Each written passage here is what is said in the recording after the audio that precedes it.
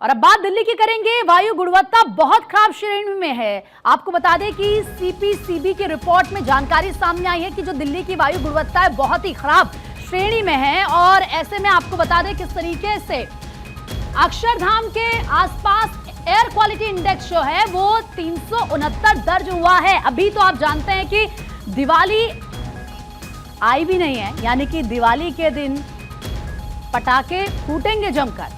उससे पहले अगर एयर क्वालिटी इंडेक्स बहुत खराब श्रेणी में है तो आगे कैसे होंगे हालात, ये अंदाजा लगाना मुश्किल नहीं होगा आपके लिए। सीपीसीबी की रिपोर्ट है जिसमें यह जानकारी सामने आई है कि वायु गुणवत्ता एयर क्वालिटी इंडेक्स बहुत खराब श्रेणी में आ गया दिल्ली में। अक्षरधाम की अगर बात करूं तो अक्षरधाम के आसपास एयर क्वालिटी इंडेक्स 369 दर्ज हुआ है और ये आबो हवा अभी और ज्यादा खराब होगी। भले ही यहां पर ग्रीन पटाखे जलाए जाएं, ये आदेश जारी किया गया है सुप्रीम कोर्ट की तरफ से, ग्रीन क्रैकर्स जलाए जाएं, लेकिन उससे पहले, क्योंकि होता यह है कि जैसे ही सर्दी आती है, आप जानते हैं कि उससे पहले किस तरीके से जो हवा की गुणवत्ता है वो खराब होने लग जाती है, पराली जलाना शुरू हो जाती है। पड़ोसी राज्यों में किसान पराली जलाते हैं। इसके साथ ही जो कंस्ट्रक्शन का काम होता है उसकी वजह से भी जो वायु गुणवत्ता होती है वो खराब होती है, धूल मिट्टी उड़ती है। फिर कहीं कहीं पर हम देखते हैं कि फेस्टिव सीजन आते ही पटाखे छोड़े जाते हैं, उससे एयर क्वालिटी इंडेक्स खराब हो जाती है। गाड़ियां, जो पुरानी गाड़ियां हैं, डीजल कार होती हैं, पुरानी पेट्रोल कार होती हैं, उसकी वजह से भी आप जानते हैं कि क्वालिटी खराब होती है। अब ऐसे में ग्रैप 1 में क्या पाबंदी है, जरा आप ये समझ लीजिए। कूड़ा जलाने पर पूरी तरीके से रोक है, धुआं होता है, हवा की गुणवत्ता खराब होती है। कोयला, लकड़ी बाहर नहीं जला सकते आप, इससे हवा की गुणवत्ता खराब होती है। निर्माण स्थलों पर पर्दे लगाने होंगे ताकि जो डस्ट है वो बाहर ना जाए।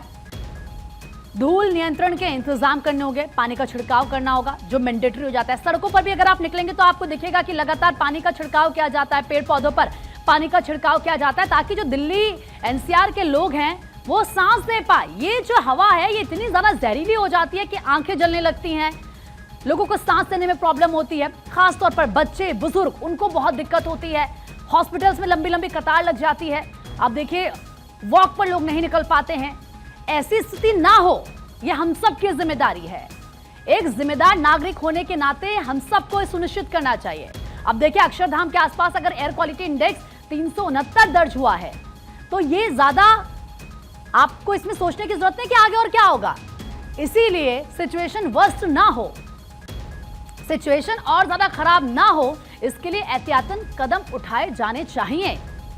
इंदर यादव ज्यादा बातचीत के लिए इस वक्त हमारे सहयोगी जुड़ चुके हैं। इंदर, अभी तो दिवाली आई भी नहीं है कि उससे ही पहले वायु गुणवत्ता बहुत खराब श्रेणी में हो गई है और अगर एयर क्वालिटी इंडेक्स अक्षरधाम के आसपास 369 दर्ज हुआ है तो इसका मतलब कि आने वाले दिनों में ये जो हवा है ये जहरीली हो जाएगी। और बिल्कुल निश्चित रूप से देखिए प्रीति, दिवाली से पहले ही अगर हम बात करें तो एयर क्वालिटी इंडेक्स जो है वो राजधानी दिल्ली के अलग अलग इलाकों में 300 साढ़े 300 से ज्यादा पार कर गया है। और बिल्कुल ये चिंता का विषय है क्योंकि देखिए दिल्ली के प्रदूषण की अगर हम बात करें तो हमेशा से ये एक बड़ा मुद्दा देश की राजधानी दिल्ली का रहा है, चाहे वो चुनाव हो या फिर हम बात करें जिस तरीके से ये बार बार पॉल्यूशन लगातार राजधानी दिल्ली में बढ़ता है। तमाम तरह के हम बात करें ग्रैप 1 अभी लागू किया गया है, और लेकिन जिस तरीके से हालात लगातार बिगड़ रहे हैं और आज एयर क्वालिटी इंडेक्स की हमने जो बात करी कि दिल्ली के कई इलाकों में 300 से ज्यादा पार है, तो ऐसे में देखिए ग्रैप 2 भी जल्दी लागू हो सकता है।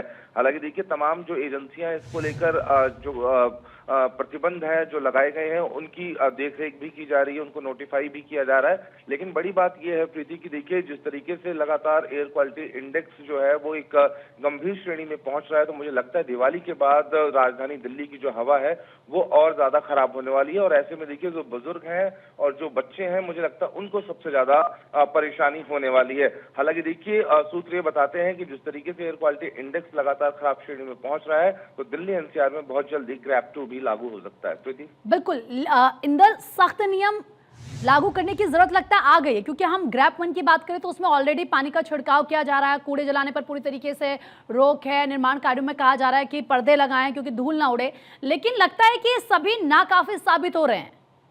बिल्कुल निश्चित रूप से देखिए जिस तरीके से ठंड ने प्रीति थोड़ी सी जल्दी दस्तक दी है दिल्ली एनसीआर में और पहाड़ों में जिस तरीके से लगातार जो बर्फबारी है, तो ऐसे में जब हवा शुष्क होती है तो कहीं ना कहीं जो पॉल्यूशन है वो बढ़ता है।